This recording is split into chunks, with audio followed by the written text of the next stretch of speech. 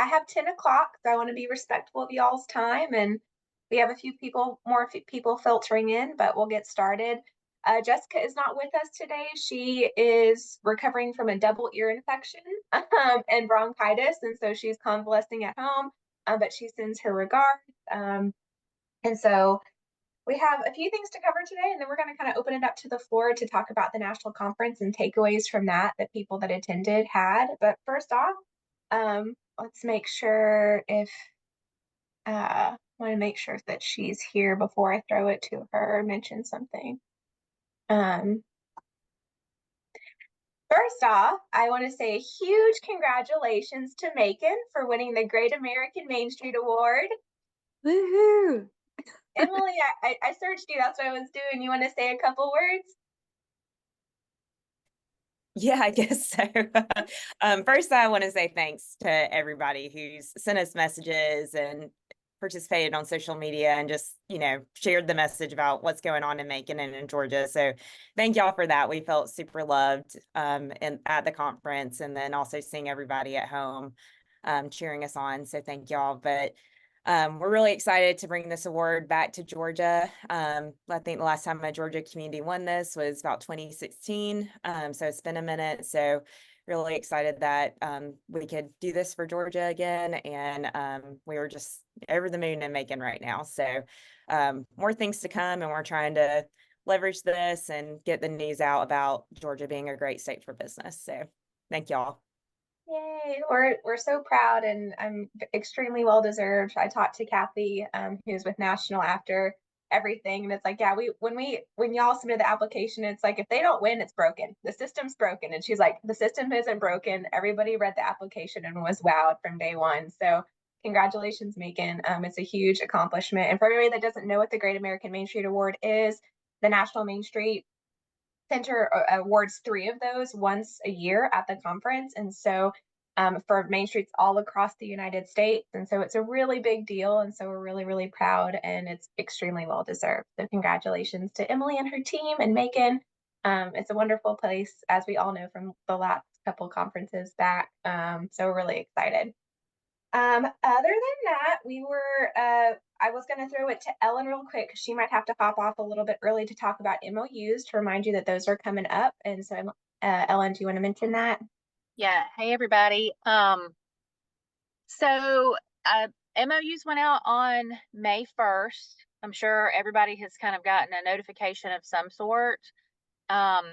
Just make sure that you stay on top of whoever you turned in for your the city signer, if it's your mayor, your city manager, whoever that is, and then your board chair. I've gotten a lot of them back, so thank you for the ones who have done all of that. And if they are completed, I have the final signed copy in your Dropbox in the MOU folder. So if you're searching for it and need a final copy of it, that's where it is. And if like we get closer to July 1 and they're not all signed, you'll start getting emails from me. So I'll stay on top of it just to remind y'all. But just be aware that if people start asking, like, what is this Adobe sign thing that's being sent to me? That's what it is, your MOU. Perfect. Yeah. And then 2 other reminders. We have 2 training opportunities coming up. One is our disaster planning for Main Street communities training in July. I just dropped the registration link in the chat. So if you want a little bit more information on that, it is July 18th. It will be a full day training, and it will be in Athens.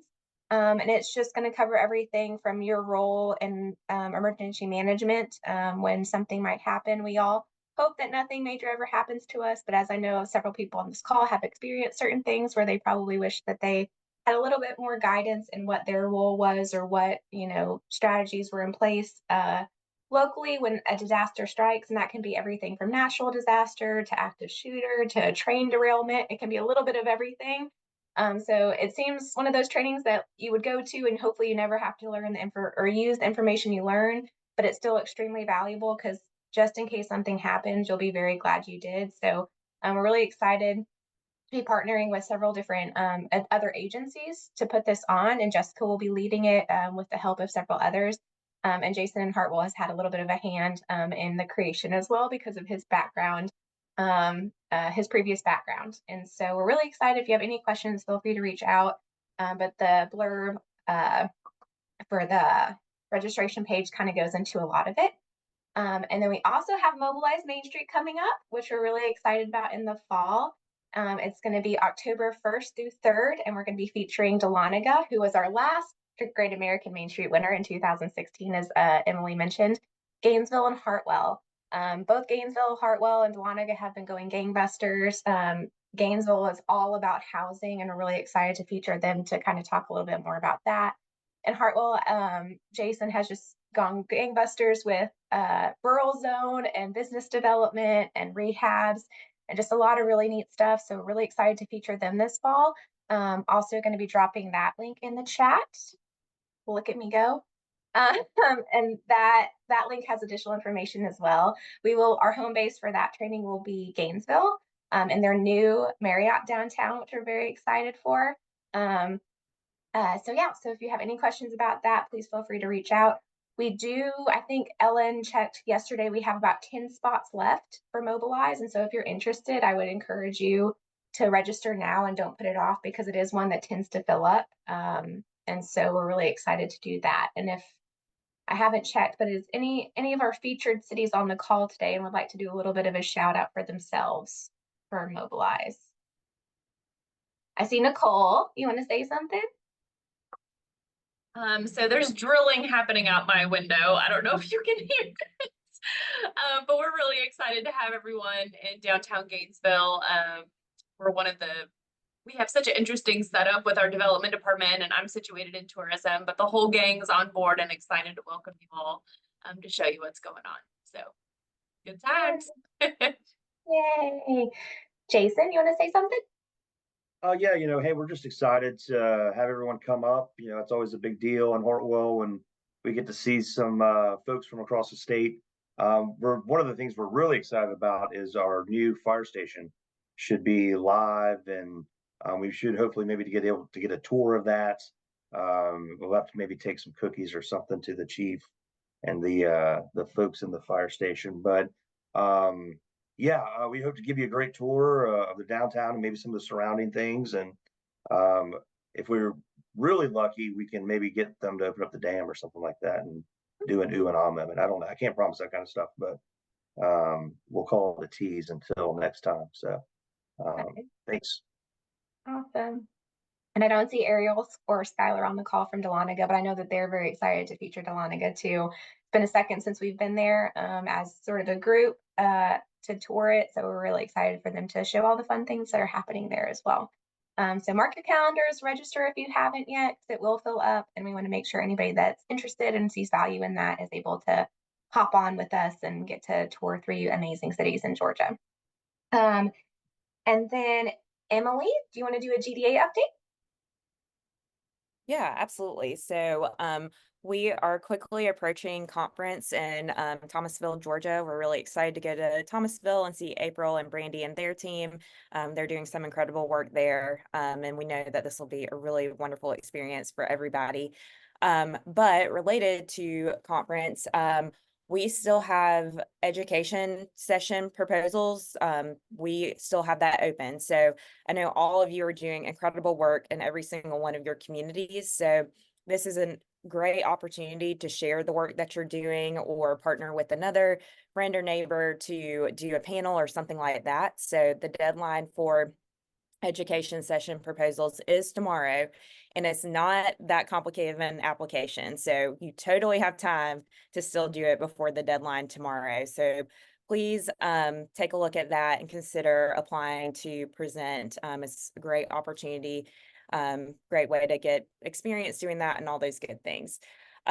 We also have award applications open right now. So these are given during the conference on the last night of the conference. So if you have a project that you're really proud of or an initiative, or you think you could be the downtown of the year this year, definitely apply for those awards. The award ceremony is always very special. So it's a great way to honor the work that you're doing in your community. And also a great opportunity to bring elected officials or leadership or donors to see you on stage getting recognized for your hard work. So be sure to apply for those. And then we also have RFPs open for the next conference location. So if you think that you could host the Georgia Downtown Association conference, we'd love to review that and see where we're going to go next in 2025. The deadline for that is July 19th.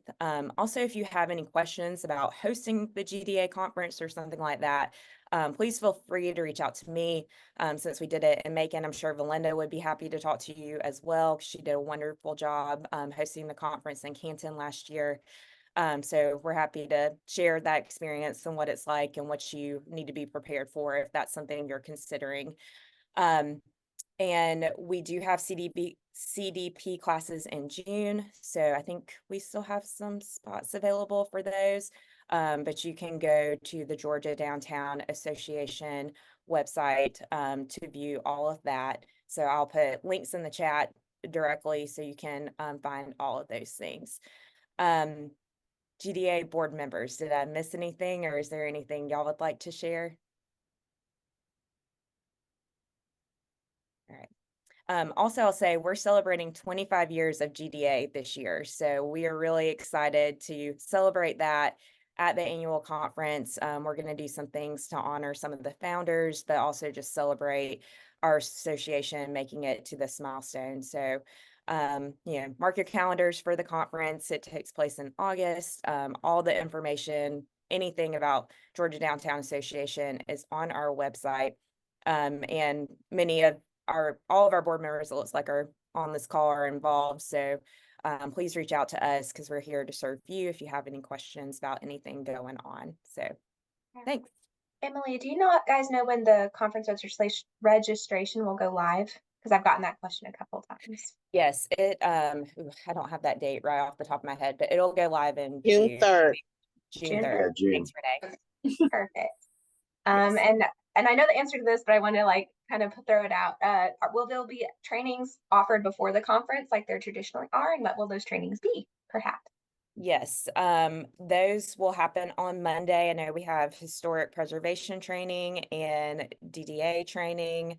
Renee, please help me. What else? We have that new legislative advocacy training that will take place as well. And we'll have one CDP class off. There'll be 2 opportunities, but you'll be able to pick one CDP class as well.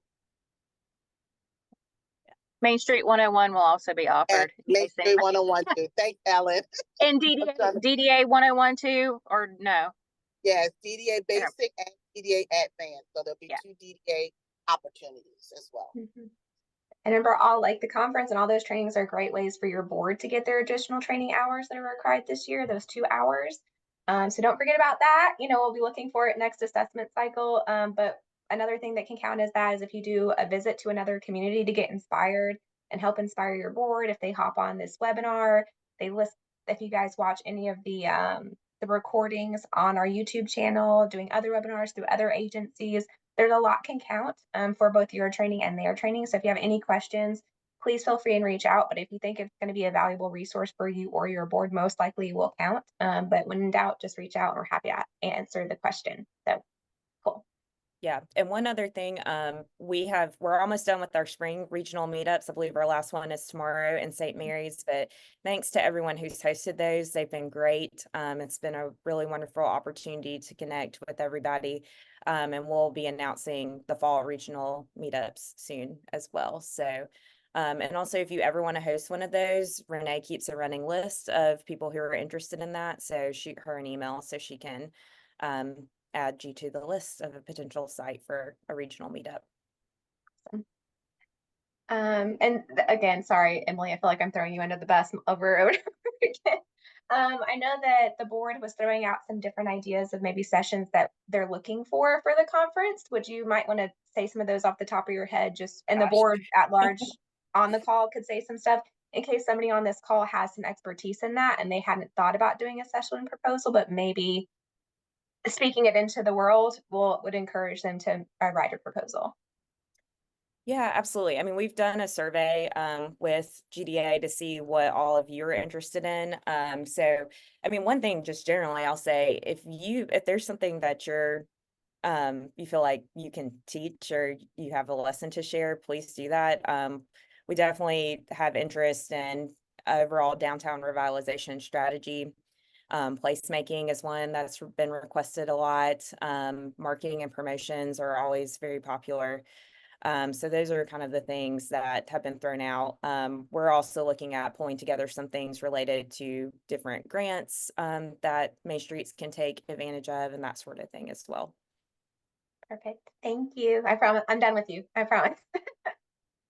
And then one thing, today we just figured it would be a neat thing to where anybody that has that attended the national conference, there was a lot of really great sessions, a lot of really great information. And we thought it'd be a great opportunity for us to share, those of us who attended, with the group on the call, of what was your favorite session? What was your takeaway that really was impactful for you? Maybe a resource that you found out about that you didn't know about previously, a connection you made, kind of all of the above. You can choose what you would like to share. But I thought that since not everybody was able to attend, those of us that were able to attend can kind of share the knowledge that we found in that particular experience. So does anybody want to volunteer as tribute as the first one to go? Belinda, you're always love to share what were some of your takeaways. I think one of my favorites was Anne Marie from Monroeville when she spoke of the three tours that she has in her downtown, the literary tour, the mural tour. There was one more, can't remember what it was. But I wish she had had a little more time, because some of those classes 30, 45 minutes, and it just gives you enough time to really start touching a little bit, but not getting into that deep dive. But basically taking a downtown that didn't have a whole lot going for it. I mean, she would say that too. And then turning it into something, because there are, I think, 10 writers from Monroeville, and they capitalized on that. And so everything, their whole tour is in their downtown, in their square area. So you had to go in front of all their restaurants and their shops. They did a really good job. Really good job showcasing what they are really known for, but then at the same time, now they're a destination. So I enjoyed that part. Awesome. Thank you for sharing. And Monroeville was another of the Great American Main Street winners. And that one of the biggest literary people that were there was Harper Lee. And so that's kind of one of their big, feathers in their cap, which is very cool. I didn't know that. So that was a neat learning experience too. Thank you, Belinda. Who else wants to share about their experience at the conference? Don't be shy. So I am going to, good morning, everyone. I am going to ask Tanya to speak on this a little bit. Tanya and I sat next to each other in a one of those longer work sessions with Deb Turcott. And Deb is scheduled to come to Georgia next January, if I'm not mistaken. We're still trying to nail down a date. And she spoke about being intentional when it comes to recruiting board members. And I know she won't talk about that when she comes here. However, she was amazing. And Tanya, I would love for you to just speak about Deb a little bit. Well, I'll say two things. I really enjoyed that. Of course, Ebony knows, like it was a very emotional class, because I was like, oh my God, I don't think I'm doing anything right. I need to change everything I'm doing. Oh my gosh, I need a whole new board or whatever. But, she made a lot of sense. She was very practical, very transparent. But two, and basically I've been to 5 or 6 GDA conferences. This was my first national, and this was one of the 3-hour classes, and it was the fastest 3 hours ever.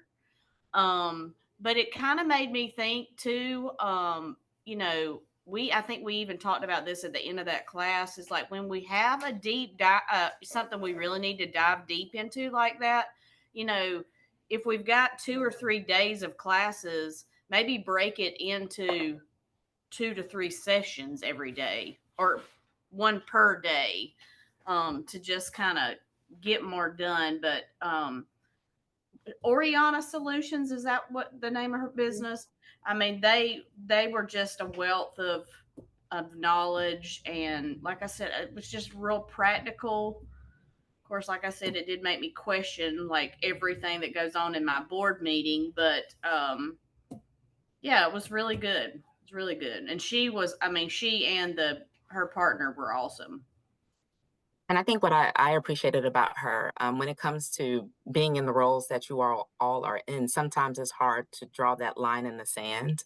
And there were a couple times during their presentation that she said, there's some moments you have to draw that line in the sand. You got to stand firm to or hold tight to. So I appreciated her with that. Ellen was also in it. I don't know, Ellen, if you wanted to join them. Yeah, she just, I mean, if anybody knows me, they know I'm pretty like straightforward, kind of practical. Like, we don't really mince a whole lot of words when it comes to me. And so I really appreciated that about her. And it was like no nonsense, very practical, like ways to figure out who you need on your board, why you need them on your board.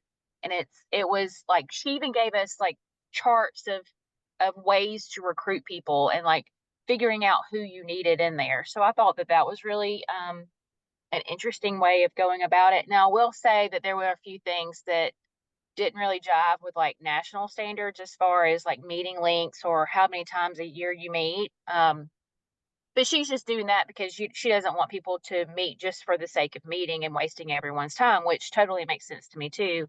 But you know, there are some things that didn't really match up very well. So there you did have to kind of pay attention to that and know what the standards are and what the requirements are. But as far as like just board recruitment, I thought she was really amazing. And they have some really great insights on not just board recruitment, but how to run board meetings, how to do some strategic planning stuff. And so that's why we really wanted to bring her in and host a training for everyone. I think y'all would really enjoy her. In the end, I will say that 3 hours was not nearly long enough. Yeah. Awesome. Thank y'all for sharing. Anybody else have anything on the top of their brain? I may call on people, so because you know me. But if I call on you, you can also say no, thank you, pass. But I just wanted to. There was so much good information. I want to share it with the group if y'all feel comfortable. Anybody? Andrew, I know you were there. Did you have any top things that were your takeaways from the conference? Yes, but it's really nothing to do with the actual workshops. Mm-hmm. I think people need to realize when they're doing conferences about accessibility for people who have maybe issues with walking or something like that. I mean, if you're in a wheelchair, that conference was an absolute nightmare. Yes, that is very true. And that's something that we sometimes don't think about with our downtowns as well. So even with the thought of the conference, I know some of the sessions, there was one that I can't remember who did it. It may have been ARRP, and it was like a walkability audit and all these different types of things to be available. Like, are you friendly to people that have challenges? And so I concur that the conference was not the most friendly to anybody that might have any ambulatory issues or wheelchair bound or anything like that. But that's something to keep in mind for our downtowns as well and something to look at as well. So thank you for your feedback. I appreciate it. Yeah, I'm definitely looking at that for my downtown because you don't really see it because you're kind of in the zone. But when you go to somewhere else and you go, oh yeah, this is really, really something that needs to happen. It was different. Birmingham was not, I don't know what I expected, but Birmingham was definitely not what I expected. Everyone was super friendly. I've never been in a situation where on a Tuesday you have to wait an hour to get in a restaurant. I don't think they were prepared for us quite. No, certainly not the there were a lot of mutterings when I checked in about lack of preparedness, but what can you do when someone calls off? There's not much you can do. But the Main Street Alabama was great. For those that went, they'll know what I'm talking about. There was like a sky bridge and they had boxes and each box had a different aspect of their downtown. And I'm trying to get that because those display boxes were really excellent. Yeah, that's all. If you get that information, please share. I know that that's something, maybe put it on the managers group, because that's something that I know a lot of people were interested in and thought were a really great idea. So yeah, definitely. So keep on Well, the. so this is Renee. I attended one of the mobile workshops in Mhm. Jasper. And Okay. the lady, I have her card. She actually did those boxes and she had them printed in Jasper. So I can get that Perfect. into you. Please. There you go. Yeah, Awesome. Thanks, Renee, coming in with the save. you're welcome. Well, and Any, I'll actually say about Jasper, their downtown was super cute, but something that I really loved about that mobile workshop, and I don't want to tell a story, but I think their Main Street board purchased just like one of those metal boxes and put it in an open space where a building was that was demolished. And they leased it out to businesses. And I know other community, I've been to different places that have that, but it was super cute. One of the ladies that was on the tour actually did most of the murals in their downtown, but she painted the box. I posted a couple of the pictures of it. And at the time we were there was the like a clothing retailer in there. And then there's like a waiting list of people that want to get in there and experience it and see if they could ultimately become a brick and mortar business. So I thought that was really insightful for them to do something like that. I think Noonan did like there's like an icy shop or something in that no. area. Yeah. But I love when communities take those spaces that are vacant or derelict and do something creative with it. And so I really like that about that community. Yeah, anytime there's an opportunity for incremental development for smaller spaces for businesses just to get their foot in the door, that's huge. And I know Taylor and Thomaston has been really successful with that, with even just like the people attending his events, of like kind of graduating them from one tent to two tents. It's like, hey, you're doing really well. Do you want a storefront? We have some available. It has been really great in that conversation. And so yeah, it's amazing what just offering some smaller spaces will do to people's confidence and the ability for them to kind of think to the future of starting something larger. So yeah, thank you for the share. Anybody else? I'll share. Okay, go ahead, Lindsay. Hey, I had a great time and it was really good to see such a huge delegation from Georgia and also to get to see some of y'all that I've only seen in these meetings. So it was really great and I appreciate the support. I enjoy the ones that were talking about incubator spaces, just like she was talking about just a second ago. And I attended 2 different sessions on youth, and I love that about youth in your Main Street.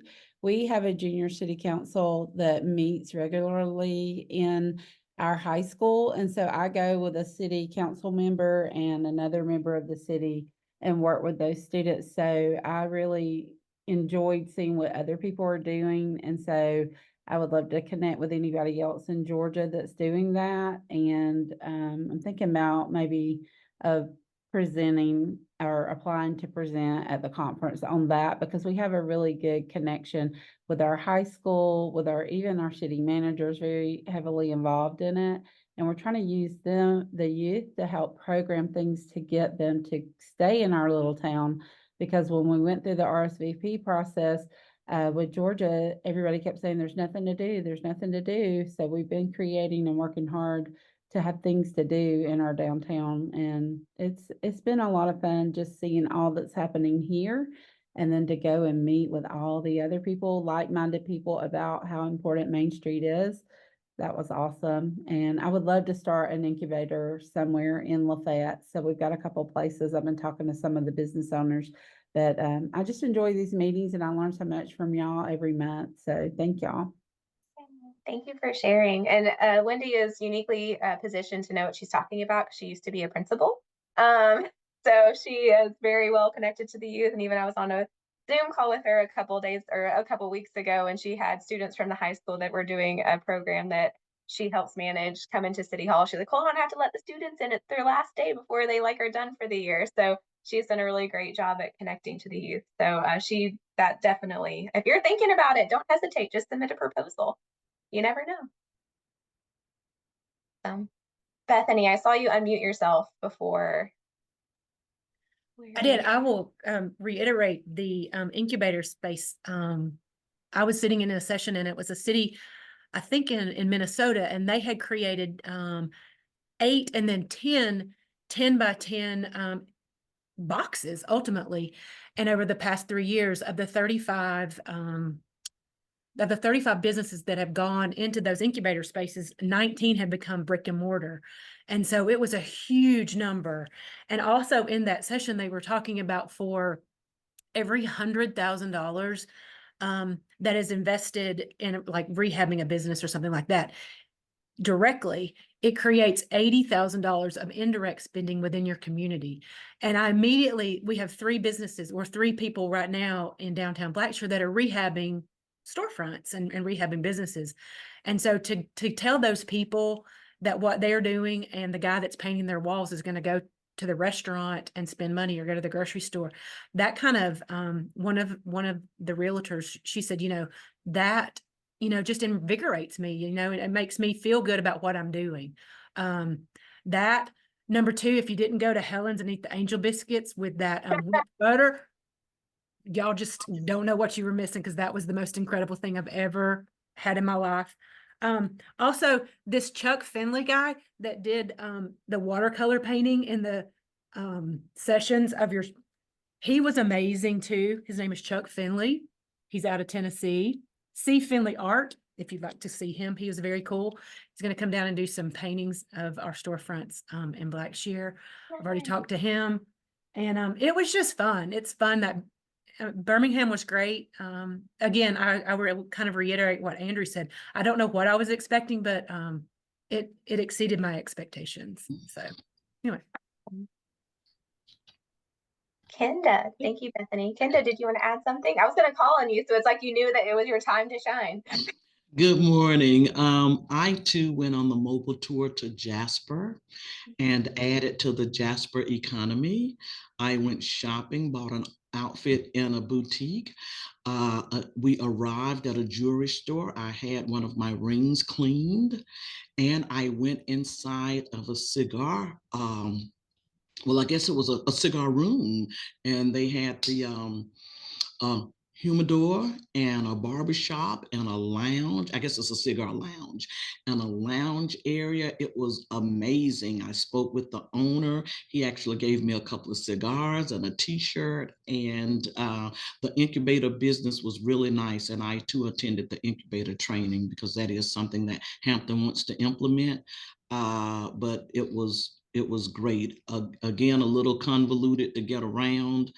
And I attended several mobile tours, and the last one was the one of the pioneer churches, and we were all outside waiting on the bus, but it was a walking tour, and we did not know that in advance. And if it was advertised that it was a walking tour, none of us knew that. And there were a couple of people on the walking tour that it was a little difficult for. We all made it through it, but we should have been informed that it was a walking tour. Yeah. And that was it, but it was great. Awesome. I'm glad you were able to come. So Kenda took it on herself. She missed the deadline to order the Georgia shirt, so she made her own for her and her team from Hampton. And so we were standing outside the theater, and I was like, why are the people wearing Georgia shirts? Those aren't our shirts. And then I walked over. She's like, we missed the deadline, but we made our own. And I was like, awesome. Yeah, because we had 6 attendees at the conference so it was 3 from the Main Street Board and 3 from Historic Preservation.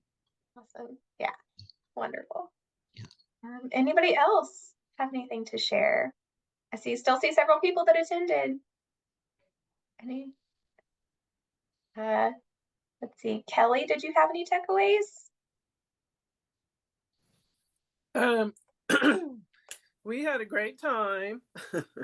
So I always like the sessions that are about events. So I heard feedback from I know Reed, our Main Street coordinator, he went to some of the data, which is kind of over my head, but he came back with all these ideas saying he was going to do all this.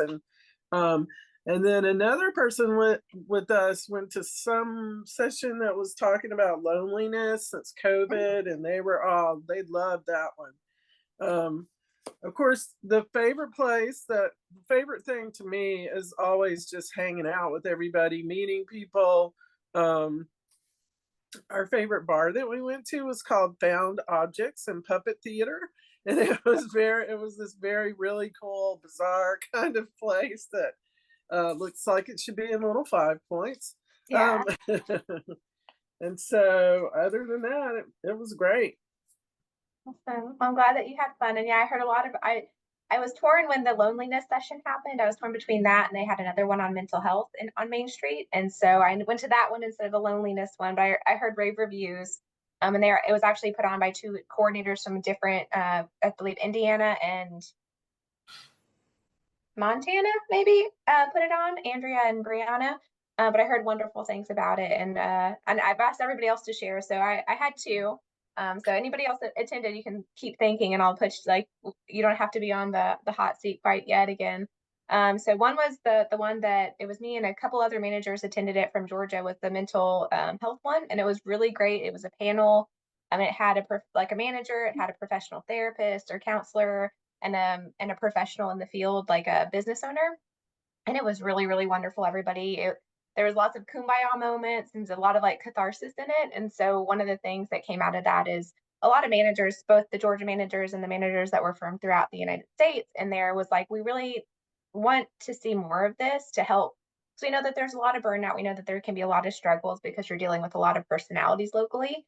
And just like more tools kind of leaning towards that. And so that's one thing that, we might be looking at as the office in the future, of whether, how we might be able to better serve in some of that aspect for y'all, because the managers that did attend that particular session was like, yeah, we need more of this. Like there's a lot of stuff we have to deal with, and it'd be more like whether it's resources to know what your rights are legally if you are having a tough time and you need to take a break, or if how to like to double check if you have like navigating therapy within insurance things that you have, and just a lot of different things.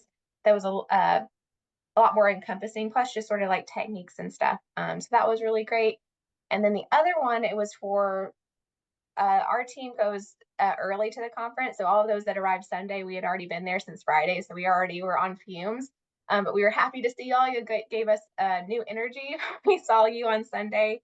But they always organize for at least one speaker for our coordinators meetings. And the woman that spoke this year was really great.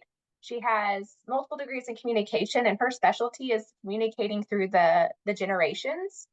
And so it was a lot of really interesting insight into like how different generations communicate, why there's rubs, why you're getting different things. Like when you're fundraising, you need to look at it this lens. If you're talking to like a Generation X versus a millennial versus a generation Alpha, or like whatever we're in now, or boomers and all that type of stuff. And so it's really, really fascinating. I think our whole team liked her so much that we definitely want to see if she can come to Georgia and do a couple different trainings. Because she has everything of like how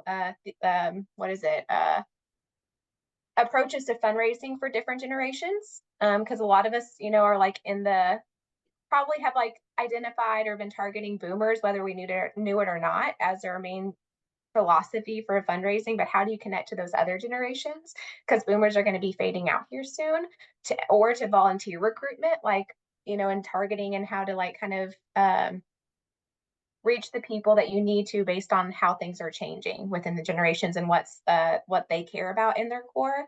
So it was really, really interesting. It was another instance where I think she talked for 2 hours, 2.5 hours, and it's like she could have kept going all day, and multiple days probably, because it was just fascinating information and valuable information, because we don't know, like we tend to advertise, talk to, recruit what we know, which is what our generation is, and that's our bread and butter. But like really understanding the philosophies and the strategies to reach other generations was really, really cool. And so, and kind of the commonalities, and also outliers as well. But so we're probably going to be looking at her and hopefully maybe getting her to Georgia, because she was fascinating. And Mary, who is the coordinating, the Jessica of Alabama, said that she's used her for multiple things, and she's just, most of the time the managers can't get enough of her because it's just such valuable information. So that was really, really cool. Yay. All right. Anybody else want to share that attended? Anybody? Rashida, do you have any shares? Good morning, good afternoon, everyone. Rashida Cloud here with the City of Atlanta. So I arrived on the Friday before the conference because that was where the coordinators meeting happened. So I'm finally feeling, I was so tired by the time I got back home, but I think for the most part, last year, Elizabeth mentioned Kyle in Orlando. And so I was, at the coordinators meeting, you just sit down at a table and you begin to talk. And so we were like totally vibing. Then when he told me his name, I was just like, oh, cool, this is Kyle. So I was able to connect with Kyle from Orlando and the young ladies from Florida, just to kind of see how Florida and Orlando, which is another big city, how they just kind of come together and they do a lot of their great work. And so I was like, okay, this is cool. So I hung out with them quite a bit during the week. So I'm from Birmingham, so I never got to see my city like this. So it was really a cool conference. Just an overload of information that I'm really still trying to digest, but it was an overload of information. So I'm excited. I'm excited about this next chapter of Main Street for everybody. So this is gonna be pretty cool. So yeah, that's my takeaway.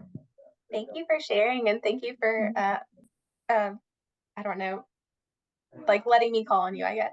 Yeah, no And problem. that's one thing I think we all feel is like, yeah, the sessions are great, but it's really the talking to other people, whether it's other local Georgia people or meeting new people throughout the United States. I know that K1 made fast friends with some women, I think from Florida, and they hung out a long time, or a lot of the conference would come to dinner with him because they had similar cities, they had similar sizes, and so they were like talking a lot amongst themselves, and probably a connection he'll continue to utilize the coming home. And so it's just neat to kind of sometimes get out of our Georgia box and discover what other states are doing, because we always innovate like throughout the state, but when you put that on the lens of the entire nation, then that's just kind of a whole different ball game. So that's great. Wonderful. Thank you. I would All like right. to say something. Yes, please. Good morning, ladies. It's always Morning. good to see everyone and go to these conferences. I really enjoy the conference. I went to a lot of tours and a few classes, but the main one that stuck out with me was Pepper Place. Did anyone go to Pepper Place?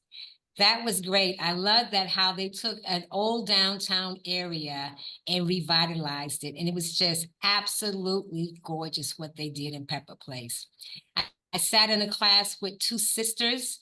They're Sloss. I think their last name is Sloss. And I went to the Sloss meal as well.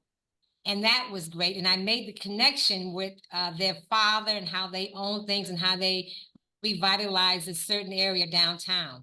And I enjoyed taking the tours downtown because I got to see all the facade areas and how they improved everything. And it was a great treat. I really enjoyed going and meeting all the people. I enjoyed it. Wonderful. Thank you for sharing. Yes. And Ellen, I know you're going to have to hop off soon. Do you have another session that you really enjoyed?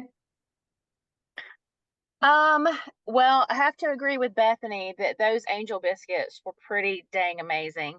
But they were all great. I really loved all of them that I went to, but we have a really great resource in the state of Georgia in Josh Rogers at Newtown Macon, because I sat in the the DDAs and downtown people can be developers session that he did, and like until you sit in a session with Josh and like see and hear how his brain works, it was amazing. Like, and he was like, everybody should think like this. Everybody should be like this. This is so simple. And I'm like, I don't know if it's that simple, but I really feel like maybe we need to pull Josh in for some stuff and get him to teach everybody how to be a developer in their own downtown, because it was really like I needed several hours with just Josh instead of like 20 minutes, because his insights were pretty dang amazing.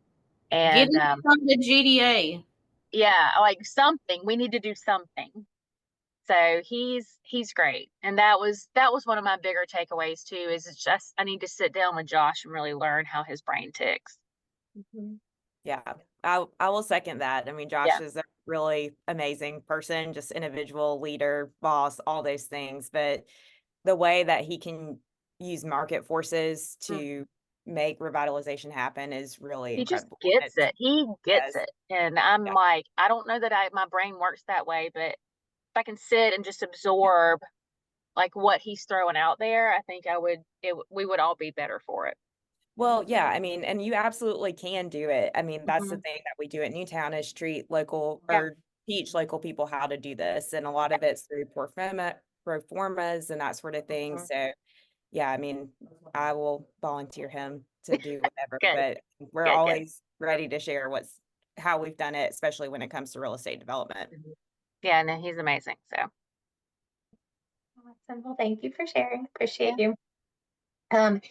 Anybody else have any conference takeaways? If not, I won't call on anybody. I won't told you anymore. And we can open it up to just general questions if anybody's dealing with anything in their downtown they'd like to kind of access the hive mind for, or just any like any things that you want to toot your own horn about that you're excited about in your downtown coming up.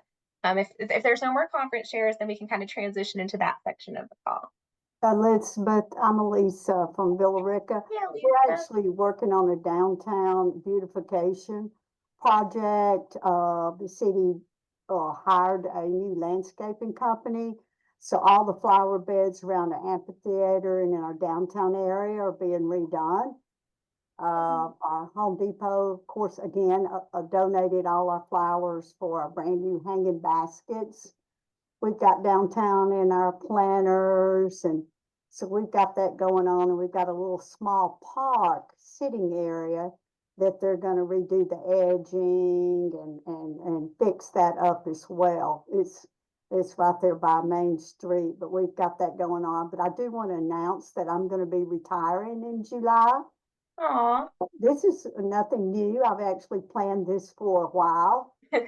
So I'll be going on my 65th birthday on July 24th, and Wow. Resources is posting my position today. Like I said, this is nothing new. I've been planning a long time. It's just time to announce it. So I do have a few that are interested in my position, but I would like for Georgia Main Street to put it out there as well. So, because we do have some new administration, probably more. We have a new deputy city manager. She's coming from the city of Ackworth. Okay.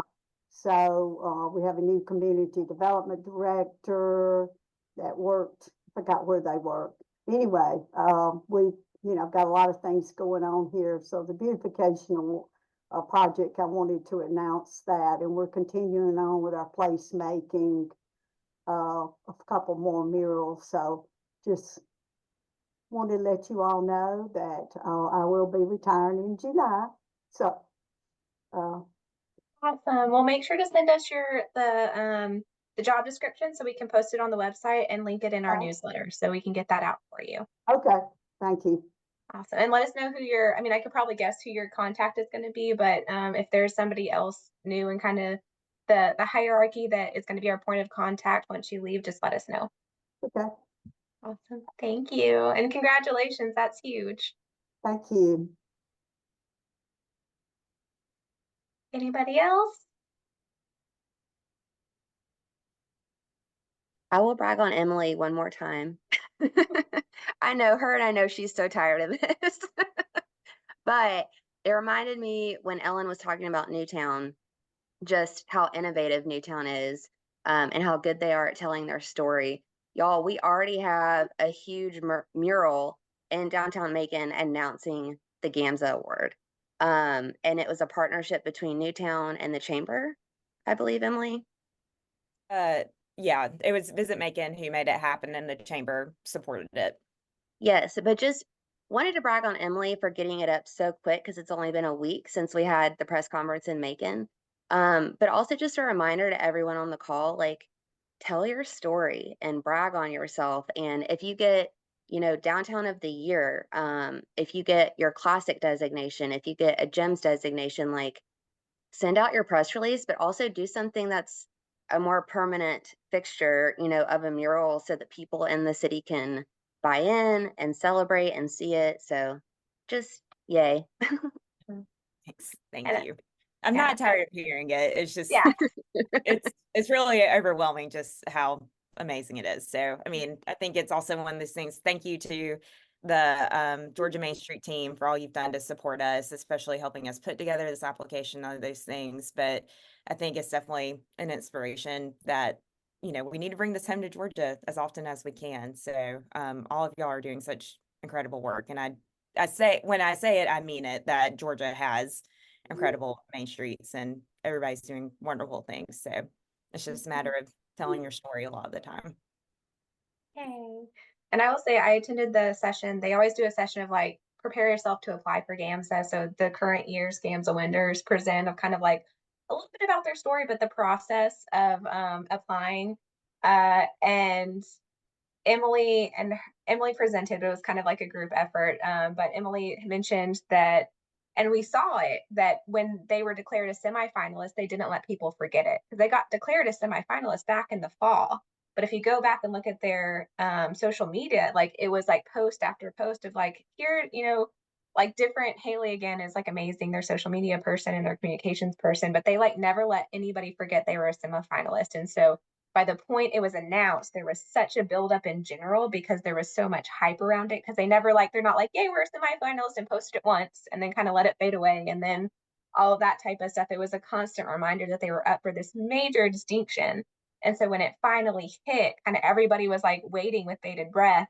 I assume in Macon, I get this sense because of Test, you know, and she might not be the best litmus test for it, but the enthusiasm from the local community was huge because it was this huge buildup because they'd been waiting to hear if this was going to happen for months on end. And it was just like, just to a T, like chef's kiss, so well done for their team. So yeah, wonderful. Anybody else have any questions, any brags? I don't have a brag, but I do want to share this with you guys. So Jennifer and I got home last Wednesday afternoon. We had a very important meeting at lunch that Thursday, and in the middle of that meeting, a tornado hits my downtown. And definitely not something we were prepared for. You know, that's not generally the type of weather that we have. So now we had a roof, actually, the building right across from my office, the roof came off, landed on several other buildings, landed in the street, landed on a car. Anyway, so just trying to kind of navigate through all that. But I think it's about to present an issue that I, in this 6 years, have never had to deal with, and that's some ugly vacant buildings. You know, we have been pretty full for a while, but now we had, the place that the roof came off of was a salon and boutique. Of course, they're completely out. Another boutique had some severe water damage, so they've decided to call it quits. So, anyway, got any great tips or anything to keep me from not feel like I'm drowned and send them my way? So, anyway. Yeah. And yeah. And I mean, we're going to be covering some of that in that training in June or in July, but not that you have to wait till then, but like definitely if there's anything we can help with now, please call us. You know, we're here for you if you need us. But that's a perfect example, like Tanya said, of like, you hope you never have to like figure stuff like that out, but it's to have the knowledge in your brain for if it does is really valuable. And knowing what the resources are, even something as simple for a lot of the FEMA stuff, if you've had like a tornado, harsh storms, like a hurricane, different, you know, disasters like that, and you are eligible for FEMA funds, like especially for historic structures to be eligible for certain things, you have to have an updated survey within within a certain time span for them to be able to adequately assess like what the money's given and certain things like that. So that's information that's valuable for you to know so you can pass it on to your property owners, your business owners, all of that type of stuff, because it's not something people would think about. They're like, oh, I should survey this so that I have, or take pictures every year of different things so that I have, you know, that in the backlog to where something does happen. But it's just something that's pretty simple that you can do that will help exponentially if something happens. So, yeah. All right. Well, we have 5 more minutes. Does anybody want to be that person? Jim I'm from that person Perry. all the time. So great. Awesome. Jim Go from ahead, Perry. Jim. Just going to give kind of a high level review. We had, it may have been mentioned in the April meeting, but I don't remember if it was, that we had our annual or biannual wine tasting in April.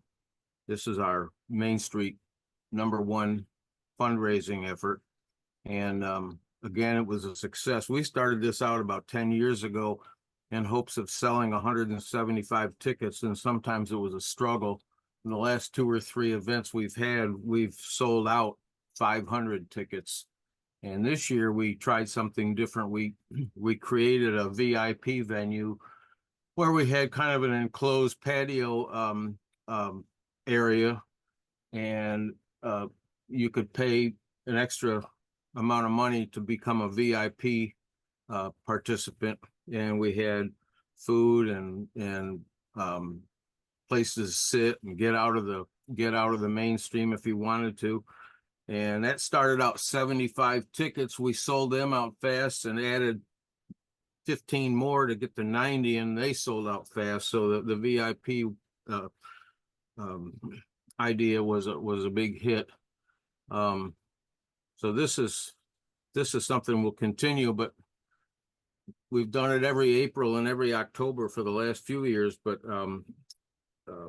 basically what we do is if we haven't reported on this before, or you're not familiar with what we do, we get a merchant in the downtown area that's actually a wine merchant, and he goes out and he sources about 30 reasonably priced wines, and we populate them throughout the downtown area, sell tickets, and people taste them. And what they do is they get a placard that goes around their neck, and every time they visit a wine stop, it gets punched. So it kind of limits how much wine you can drink. We have automatic pourers that pour a small amount, because we are cognizant of the DUI effect. And we also have the city of Perry police will take anybody home in the downtown area and within reasonable distance if they feel they can't drive. But that has yet to be a problem. But in recognition of the fact that we get a lot of men at this, that they accompany their wives, but they didn't buy a ticket. So in October, we're going to try something different. We're going to have what we call a beer, bourbon, and barbecue event. And we're working with beer distributors, local beer distributors, Fall Line Brewery, hopefully out of Macon, and maybe a couple out of I think Pretoria and Albany, and there may be one in Atlanta that we're looking at. And we're also working with a distributor to bring in 4 or 5 high dollar bourbons. We won't be serving Jim Beam or Jack Daniels. This will be stuff that if you go into a bar, you got to point to the top shelf and say, I want one of those. Give people a real experience. And hopefully that'll draw in men who have always attended this event but don't always buy a ticket. I don't know if you've heard of Myron Mixon. He's a national barbecue champion on the Food Channel, barbecue pit masters. He's going to be cooking a whole hog in the middle of our city, in one of our center of the city. And we've invited only downtown Perry barbecue merchants to set up food trucks if they want. So we're really looking forward to that. We probably won't try to sell 500 tickets, and we probably won't do a VIP event the first time. But that's October. It's the Friday. It's either October. I look at my calendar here. It's October 18th, Friday. We do all these on a Friday night. The other thing, our placemaking team is working with our theater, our Perry Theater. We have a downtown building that the Perry Theater occupies. It's got a big, massive, plain, empty brick wall that faces a parking lot, and we have a really strict mural code in this city, so we really kind of shy away from people painting murals. But what we're going to do is we're going to hang we're gonna do hanging murals and hanging looms. And this first thing, what we're gonna do within the next few weeks is hang looms on the building. And public will be able to populate the looms with, hopefully with flowers or things of that nature, hopefully pick things out of their garden, and this would become a theme, spring flowers, summer flowers, fall flowers, winter flowers, that kind of thing. And so we're kind of hoping to decorate this big massive brick wall that occupies the parking lot, and that's one of the placemaking ideas. So kind That's of things. awesome. You'll have to keep us updated on that and how Yeah, it goes. we'll send some Very neat. pictures when that Yes, happens. please. And yeah, and have Alicia share them on the manager's page Yeah. and all that type of stuff. Yeah, That we'll sounds awesome. Thank definitely you for do that. sharing. Thank you so much, Jim. You're welcome. Thank you. Well, we're at time, and so I don't want to hold y'all longer than promised. And so if anybody else has any questions, I know we have a couple of questions in the chat if you want to hang out, and we'll stay here for a little bit longer if you want to talk. And if not, I hope you all have a beautiful Thursday and a wonderful weekend, and let us know if we can help with anything coming up.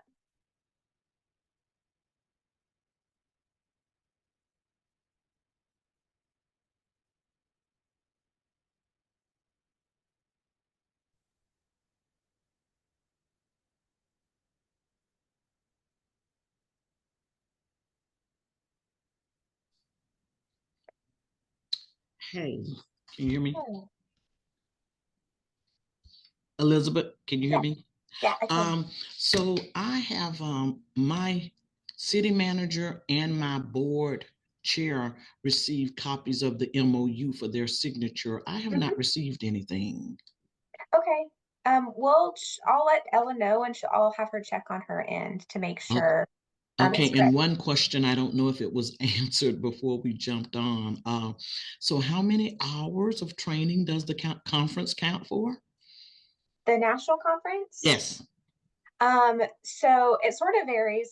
What we always say is just look at the sessions that you attended, whether they were mobile tours or all that type of stuff, and the networking time of that kind of like that great social time, making connections. Add all that up, and then that's kind of what we determine as your time frame.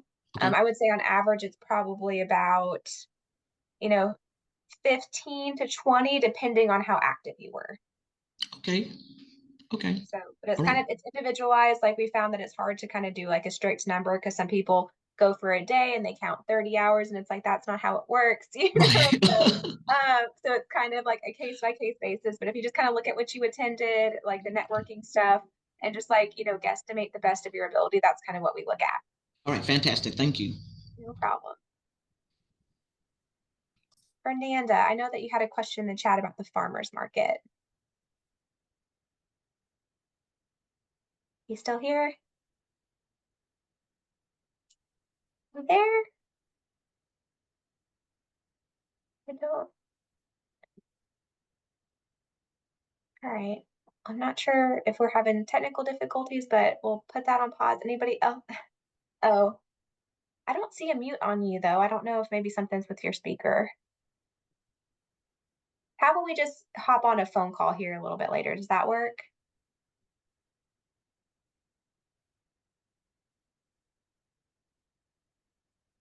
Perfect. All right, we'll get in touch with you. Sorry for the technical difficulties. All right, what has everybody else got going on? Hey, Elizabeth, this is Renee. Can you hear me? Yes. Oh, good. Okay, I thought I was muted. I'm going to sign up for the Mobilize Main Street. I just texted Cindy while I was driving. Don't tell on me. But I'm going to sign up at some point. I'm driving to St. Mary's right now. So this afternoon, I'll get that in. I know you said you had a couple of spots left. Yes, and yeah, I would definitely do it sooner rather than later because they tend to fill up pretty quickly. So I want to make sure if you want to come that we can make sure to accommodate you. We'd love to have you. Awesome. Okay, thank you. And No talk to you guys problem. Drive safe. Okay, thanks. Bye. Hello, everyone. I hopped on late. I had got pulled into a meeting, so I didn't get on too late, but it was really good seeing everybody. I really enjoyed the conference. I always have fun. I learned the most about my job when I'm around everybody. That's when I learn the most. Like, I swear nobody around here knows what I do. So I love to go and Yeah, commiserate for the most part, vent a little bit. yeah. So learning new verbiage of how to explain things and what I do is I've came back with so many different verbiage and, this is what we're supposed to do, and just able to explain my job so much better. It's helped me out so much. I learned so many different things. Like, I really, really enjoyed it. And to Ramona about the farmers market, we relocated our farmers market this year. So I had to do like double time as far as marketing. And I know she said she did the large printed signs and the newspaper and all that stuff and flyers. I also did pole banners. I've had it put in our utility bills that go out with the city. I had it put in all the bills. We have a app now where you can send out the little text messages. I pretty much anywhere I could put it, I put it there. And the schools and at other farmers markets, I drop them off at other farmers markets, the flyers, just anywhere. And you're still gonna get people that's gonna say they didn't know anything about it. So it's definitely a challenge, but you just put it everywhere you can.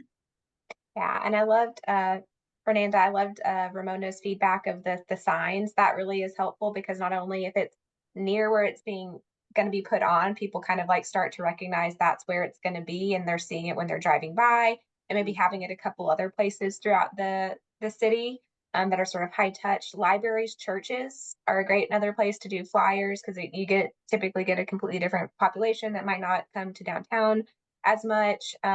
Schools, like Kimmy was right on point with that. So for the flyers, it's kind of like keeping that in mind of like where else you can put them. But like it sounds like you're doing a lot of the things that sort of are the ones that we always recommend: the Facebook, Instagram flyers in different places, article in the newspaper, senior center. One thing that we always recommend, and Tess maybe can speak on this a little bit more because she's our professional.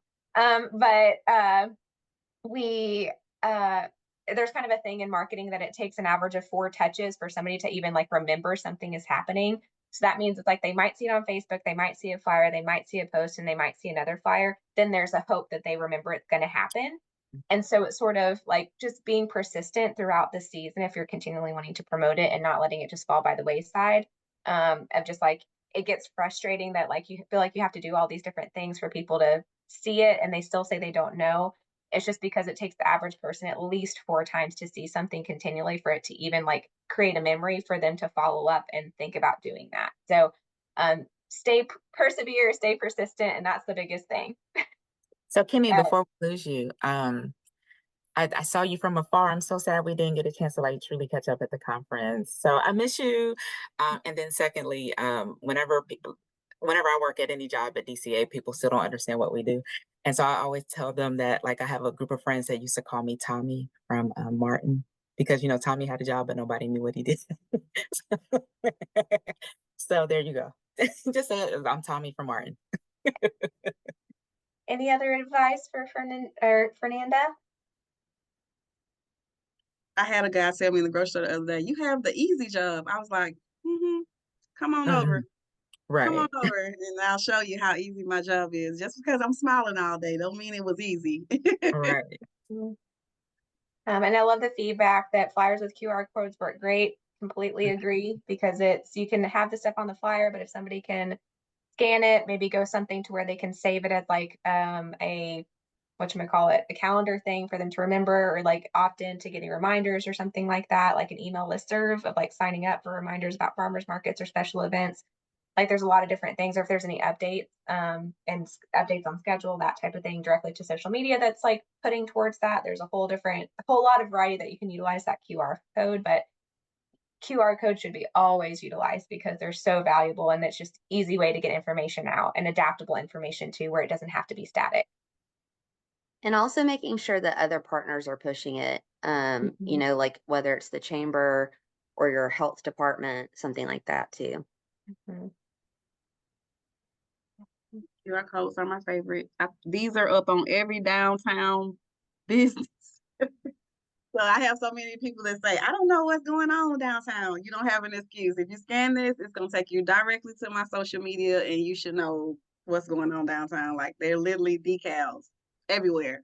That also reminds me, so I can't remember which community did this, but it was brilliant. And it reminded me, and they did coasters and gave them to restaurants. that had like information, whether I think one side was events, one side was a QR code. And so even something as simple as that of like handing out a stack and having them utilized or something like that. And it was just such a neat idea that was easy and pretty cost effective. And just doing a couple rounds throughout the season could be an easy way for it to like click. Cause like when you're sitting there at the table, like waiting for your food or like thinking about ordering or stuff like that, it's like there's not a lot to look at. And so if they see a coaster that has stuff on it or a QR code, they might get curious. And so that was, I wish I could remember which community did that, but I thought that was really, really great idea. All right. Do you feel like you got a couple good ideas, Fernanda?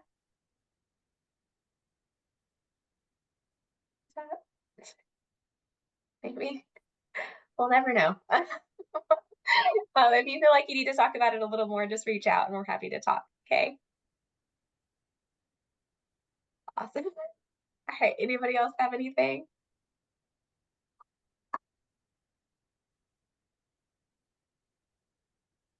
No? All right. Well, thanks for joining the call.